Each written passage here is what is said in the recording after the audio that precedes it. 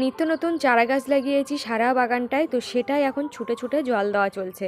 তো কী কী গাছ লাগালাম সেটা জানতে হলে কিন্তু পুরো ভিডিওটা তোমাদেরকে না টেনে দেখতে হবে। তো চলো ভিডিওটা শুরু করা যাক। নমস্কার বন্ধুরা, কেমন আছো সবাই? আশা করছি সবাই খুব ভালো আছো। আবারও একটা ভিডিও নিয়ে চলে এসেছি তোমাদের সঙ্গে শেয়ার করতে। তো চলো শুরু করা যাক।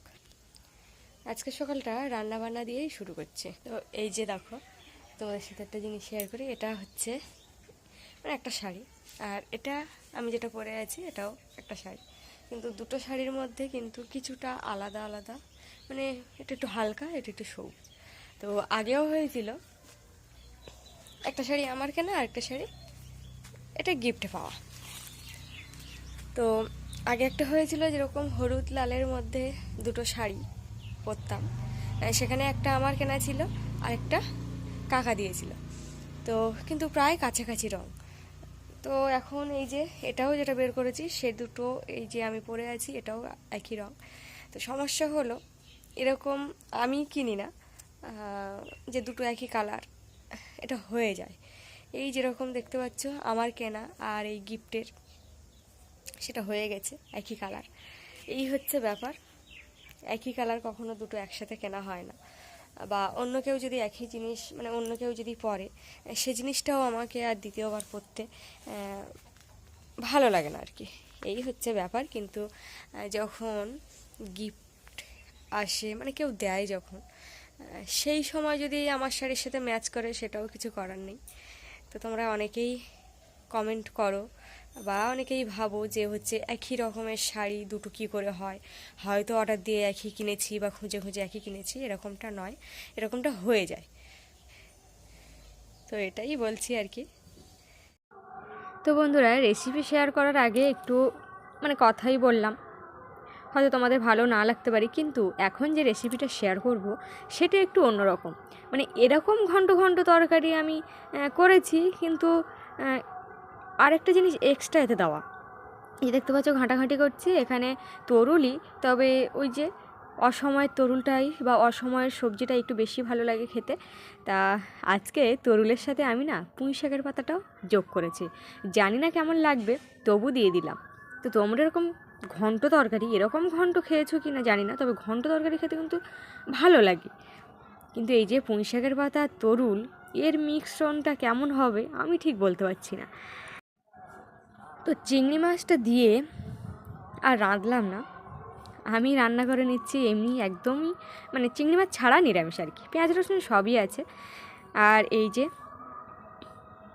দেখতে পাচ্ছ আগের দিনে সেই রূপচাঁদের কয়েকটা পিস আছে, মানে শুধু বড়টা তোমরা দেখেছো, কাটাও দেখোনি, আর বাদ বাকি পিসগুলোও তোমাদের সাথে শেয়ার করা হয়নি।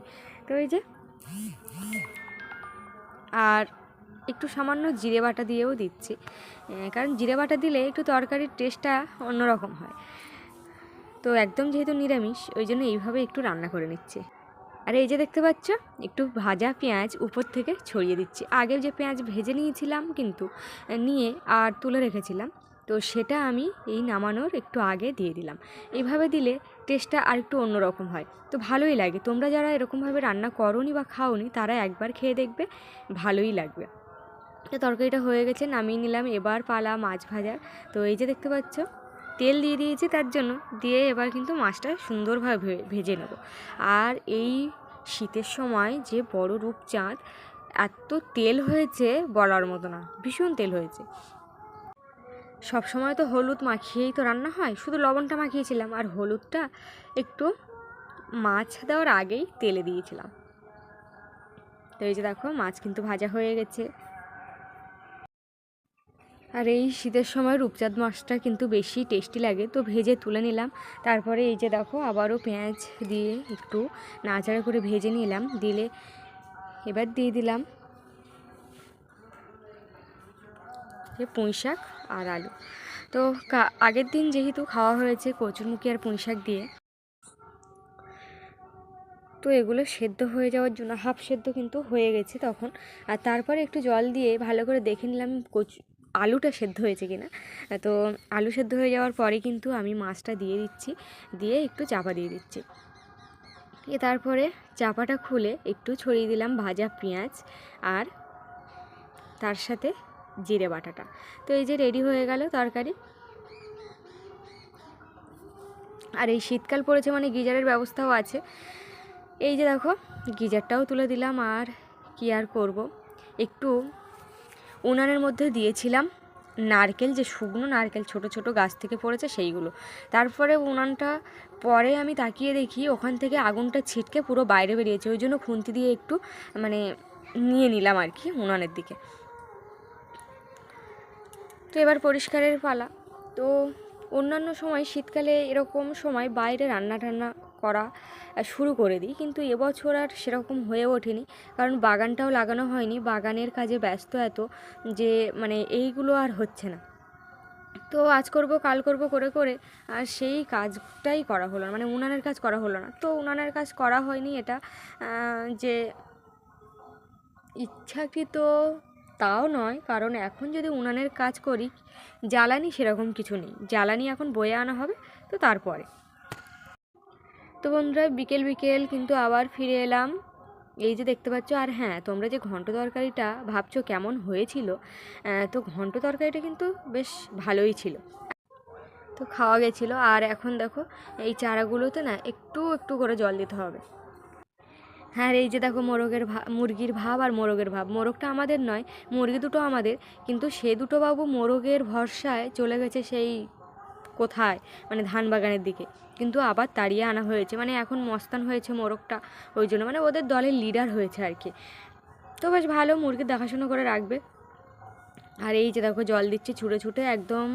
এগুলো বিট আছে 2 পিলি আর ওলকপি আছে। তো এই হচ্ছে আমাদের কাজবাজ বিকালের, মানে এখন প্রত্যেক দিন কিন্তু এই কাজ চলবে। এই যে দেখতে পাচ্ছি এগুলো কিন্তু সব বেগুন গাছ, আর এই এত বড় বাগান। এই যে দেখো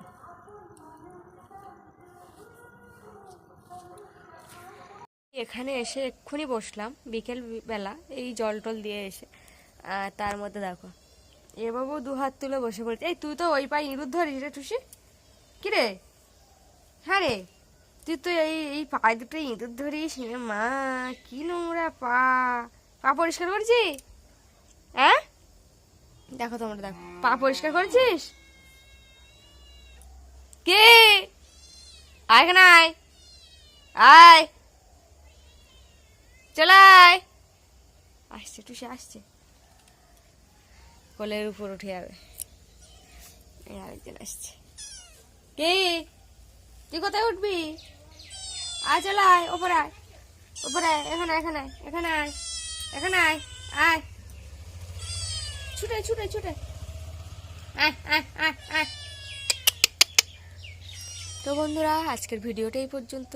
সবাই ভালো থেকো, সুস্থ থেকো আর সাবধানে থেকো। আজ আসি, টাটা। তো সে টাটা দিয়ে দে, টাটা টাটা।